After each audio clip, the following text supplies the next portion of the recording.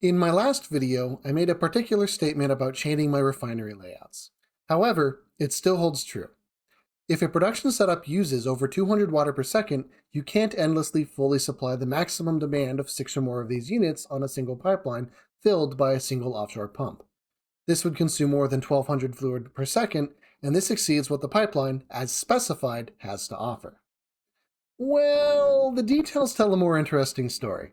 It turns out, as of Factorio 2.0, pipes have become far more powerful. At least, they have in my view. See, previously, fluid throughput involved simulating the fluid within the pipes. In turn, this meant that how you built your pipeline matters. Too much, actually, because the build order had an effect on fluid flow through intersections. Thankfully, I won't need to explain those details.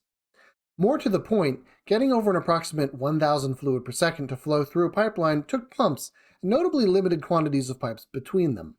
Pipe to ground was magical because it only counted as 2 pipes despite crossing 10 tiles.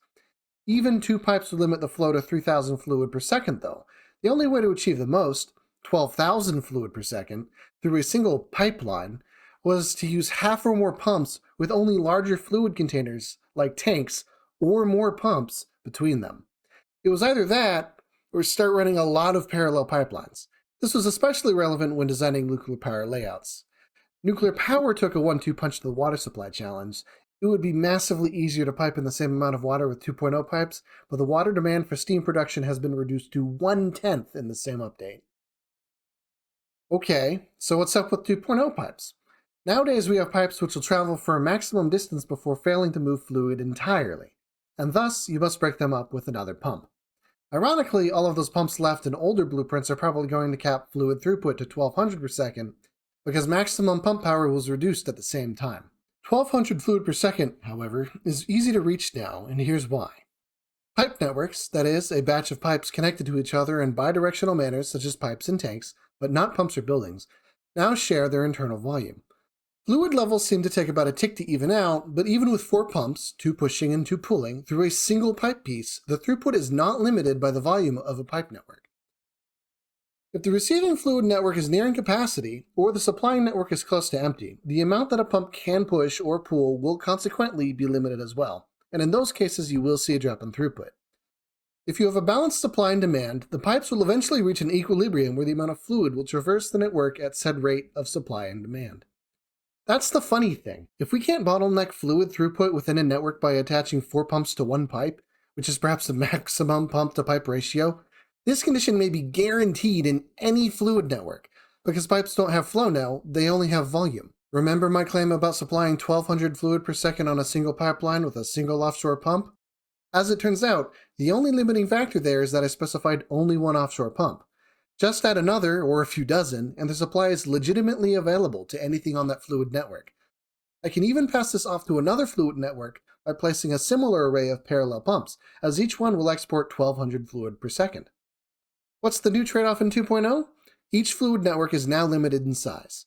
Pipes can't exceed a 320 tile length of sorts, which I will explain momentarily. Exceeding the limit will cause the fluid network to stop moving fluids altogether. For comparison, at 320 pipes long, the old fluid system would be capable of transporting something like a little above 600 fluid per second, which is a far cry from the practically infinite throughput that you can attain now.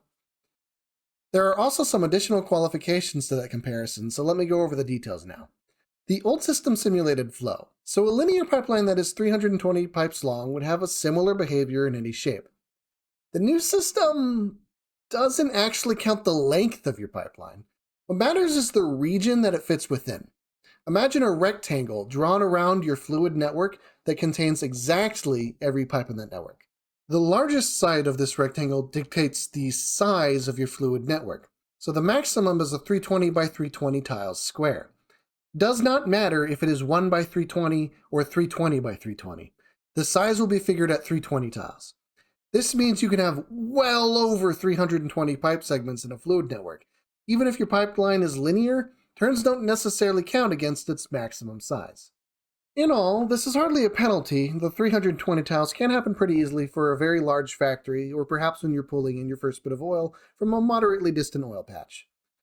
On the other hand, factories relying on trains, which is how I like to play, may never run into this limit.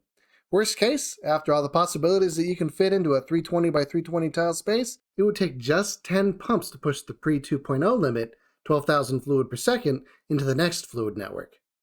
Now, thanks to the 2.0 pipe system, I can confidently say that it has never been easier to supply my refineries with crude oil and water.